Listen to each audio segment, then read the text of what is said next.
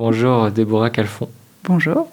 Vous êtes fondatrice de l'association Les Poissons d'Argent avec votre mari. Une salle d'exposition qui est située à côté de la prison, à côté de rue Comte des Dames et cours Victor Hugo. Oui. Ce bâtiment en face de la PMI. Donc si vous passez à côté, il y a une salle d'exposition de l'association Poissons d'Argent. Il faut rentrer par le 34 cours Victor Hugo. Rue Victor Hugo, oui, c'est ça. Ou sinon... À la Sonnette Poissons d'Argent, c'est juste à côté du Petit Leclerc, effectivement. Oui.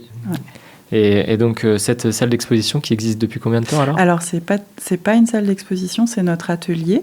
Donc, c'est là où on travaille, on peint, on donne des ateliers aussi, des ateliers d'art, de peinture et de dessin. Et on s'en sert effectivement pour faire des expositions ponctuelles et temporaires sur invitation. La prochaine exposition étant du 4 au 7 juin. Tout à fait. Avec un vernissage le 5 juin. Vous pouvez venir sur les heures d'ouverture, c'est de 14h à 19h. Alors, cette exposition sur les cartes de tarot qui vous est propre, que vous connaissez bien. Tout à fait, ouais. C'est une exposition qui s'appelle Originelle, que j'ai déjà faite en fait, à Paris, dans le 13e arrondissement en février dernier. Mais là, c'est tout particulier. C'est aussi à la fois pour rencontrer le public de Périgueux et des alentours, mais aussi et surtout parce que c'est à l'occasion de la sortie du jeu de cartes qui sera prêt à partir du 4 juin. C'est un jeu spécialement conçu par vos soins, vous voulez dire ? C'est un jeu que j'ai dessiné, et les arcanes mineurs et les arcanes majeurs, donc un jeu de 78 cartes, avec un petit livret explicatif à l'intérieur. Et on peut peut-être faire ces explications pour les personnes qui, comme moi, découvrent ce que c'est que les 78 cartes du jeu de tarot de Marseille, hein, c'est ça, autour du tarot de Marseille, on appelle ça ? Exactement, c'est le tarot de Marseille. Eh bien, le tarot, c'est vrai qu'il est rentré dans ma vie de manière assez impromptue il y a 4-5 ans, je dirais. Et c'est une amie qui m'a fait un tirage de cartes qui s'est révélé assez juste. Et ça a éveillé ma curiosité sur plein de points. Et la première chose, c'est de me rendre compte qu'on a du mal à retracer exactement les origines en fait, du tarot. On ne sait pas d'où ça vient. Il y a plusieurs pistes. Il y en a qui disent que ça vient des philosophes italiens, d'autres de l'Antiquité ou du Moyen-Âge. Et à partir de ça, ça m'a d'autant plus inspirée. Et je me suis fixée dans un premier temps sur les arcanes majeures. Donc il y en a 22 arcanes majeures. Une des pistes de la création du tarot, c'est de relier les 22 arcanes majeures aux 22 lettres de l'alphabet hébraïque. Ouais.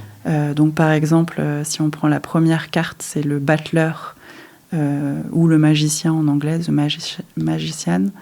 Et c'est la lettre Aleph, et en fait c'est un ancien idéogramme de la tête d'un taureau ou de la tête d'un bœuf. Et l'idée, c'est l'idée d'un homme fort, créateur du monde, à l'origine du monde. Et voilà, il y a un déroulé comme ça sur les 22 cartes. Et ça faisait sens aussi pour moi parce que les lettres de l'alphabet hébraïque résonnent par rapport à mes propres origines. C'est aussi pour ça que l'exposition et le jeu de cartes s'appelle Originelle, puisque je suis moi-même juive séfarade et qu'il y a donc toute cette relation à la fois à la Kabbale et ce qu'on appelle le Sefer Yetzira, qui est un livre qui reprend justement les 22 lettres de l'alphabet hébraïque comme les 22 arcanes créateurs du monde. Voilà. Donc ça, c'était un petit peu l'origine de la création, de pourquoi est-ce que j'ai voulu réinterpréter le tarot, qui sont donc les cartes sont des réinterprétations personnelles en peinture et en écriture. Oui, je savais pas que ces cartes, par exemple, étaient reliées à l'alphabet hébraïque. Et alors, il y a plusieurs façons de tirer les cartes aussi, parce qu'on voit dans les films des personnes qui tirent 3 cartes, ça a une signification. Oui, il y a plusieurs tirages. Donc, il y a ce que je vous disais, il y a les 22 arcanes majeures et les 56 arcanes mineurs, puisqu'il y a 4 familles dans les mineurs, c'est les bâtons, les deniers, les coupes et les épées. Et donc ensuite, en fonction des tirages, effectivement, on peut juste se tirer une carte pour la journée pour se donner un petit peu l'élan ou bien un peu la couleur que la journée va prendre.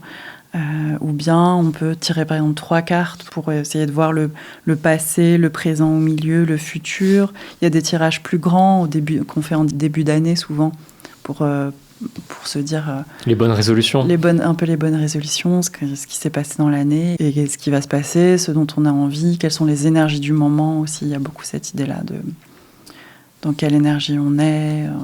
Par exemple, la carte du diable, c'est celle-ci, c'est la 15e. C'est la lettre Samer et en fait, c'est relié à l'allégorie de la caverne, donc souvent de Platon. Donc souvent, si on a cette carte, c'est un peu symbole de l'idée qu'on est dans une illusion, donc on est dans une caverne. Ce qu'on regarde, c'est un peu les ombres projetées de la réalité. On a la sensation d'être dans la réalité, mais en fait, le vrai monde, il est derrière nous. Donc c'est cette idée-là de... Et quand on tire cette carte, à la fois, on prend conscience de nos illusions. Et donc, c'est un petit peu...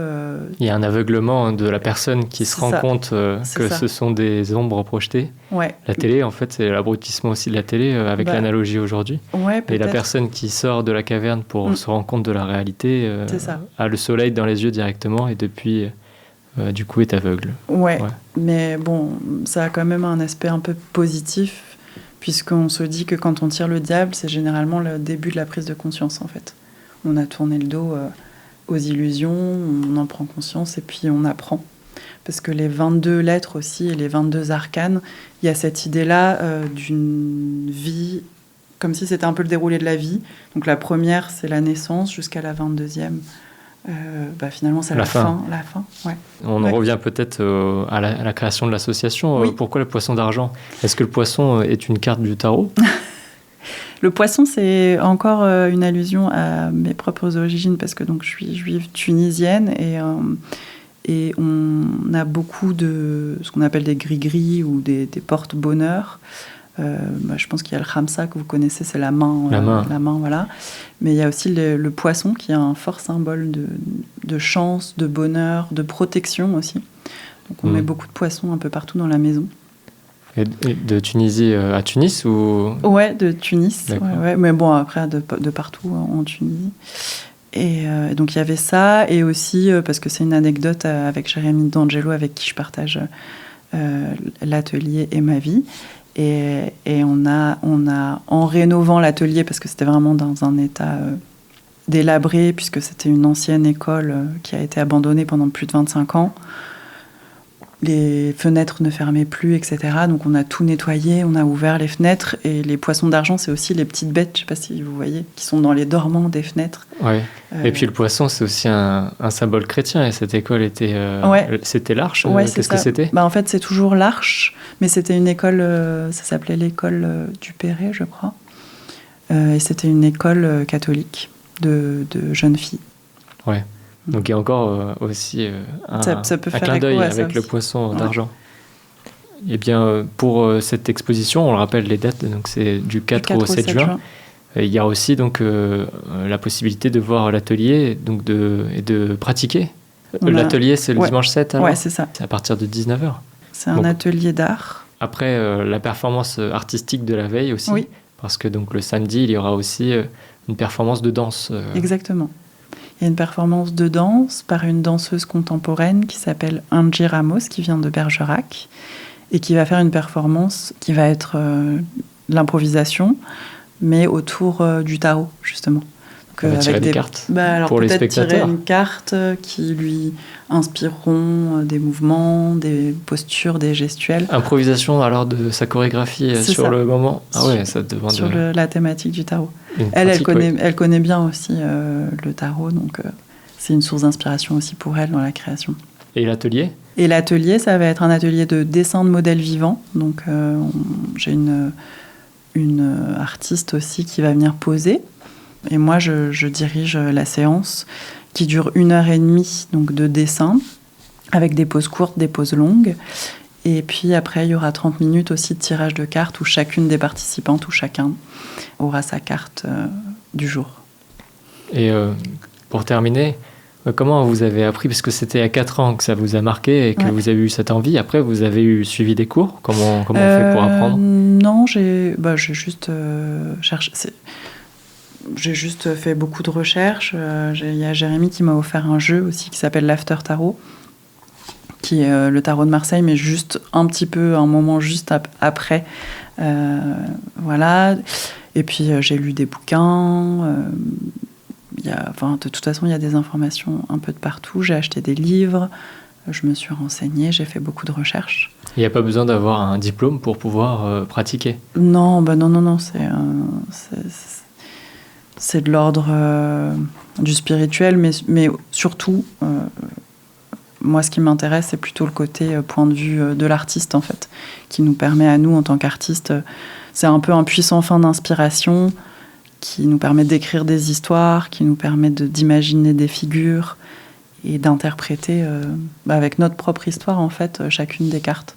Et vous avez donc la possibilité, il y a une liberté de créer votre propre jeu. Et où est-ce qu'on pourra le retrouver alors? Voilà, donc le jeu, il va sortir le 4 juin, mais il est déjà en précommande sur mon site internet, donc deborahcalfon.com. Il y a un shop et vous pouvez l'acheter. Et sinon, pendant l'exposition, il sera là, donc vous pouvez aussi venir directement sur place. J'ajoute aussi que j'ai collé des cartes un peu partout dans les rues de Périgueux. Donc vous pouvez pour ceux qui aussi... ont déjà découvert. Voilà, c'est que les 22 majeurs que j'ai collés. Mais ceux qui retrouveront... alors la première personne qui retrouvera les 22 cartes se verra offrir un jeu. Voilà. Voilà, pour les personnes qui se demandent, qui se baladent dans Périgueux, ouais. Qui tombent sur une carte, voilà l'explication. C'est ça. Alors ça peut être aussi un message du jour. Bah oui, bien sûr. Les 22 majeurs. Et donc, et merci beaucoup, Déborah Calfon. Avec plaisir. Donc, on peut vous contacter avec l'adresse mail de votre site internet, contact@deborahcalfon.com. Ouais. Et puis, par téléphone, est-ce que vous souhaitez donner votre numéro? Ouais, on peut. Sur WhatsApp, c'est bien. Vous n'avez pas d'autres réseaux sociaux? Si, sur Instagram, vous me retrouvez à Déborah Calfon, DEBORAH, Calfon, CALFOND, tout attaché. Sur Facebook aussi, LinkedIn, un peu partout. Et mon site internet, deborahcalfon.com. Voilà, l'exposition est du 4 au 7 juin donc à Périgueux, dans cet atelier qui fait aussi donc, salle d'exposition, finalement, le Poisson d'Argent. C'est ça, tout à fait. Comme c'est situé au 1 rue Comte des Dames, enfin au 34 rue Victor Hugo, c'est pas si grand que d'autres salles d'exposition, donc c'est mieux de s'inscrire, de demander par mail pour venir participer, surtout à l'atelier. Exactement, ouais. L'atelier, il y aura 10 places, donc il y en a 2 de réservées déjà et c'est sur réservation. Vous retrouvez tout aussi sur Instagram ou sur Facebook. Il y a un événement Facebook qui précise tout ça. Et effectivement, c'est bien de s'inscrire à l'événement pour qu'on puisse faire le décompte des personnes qu'on pourra accueillir. Merci Déborah Calfon. Merci beaucoup.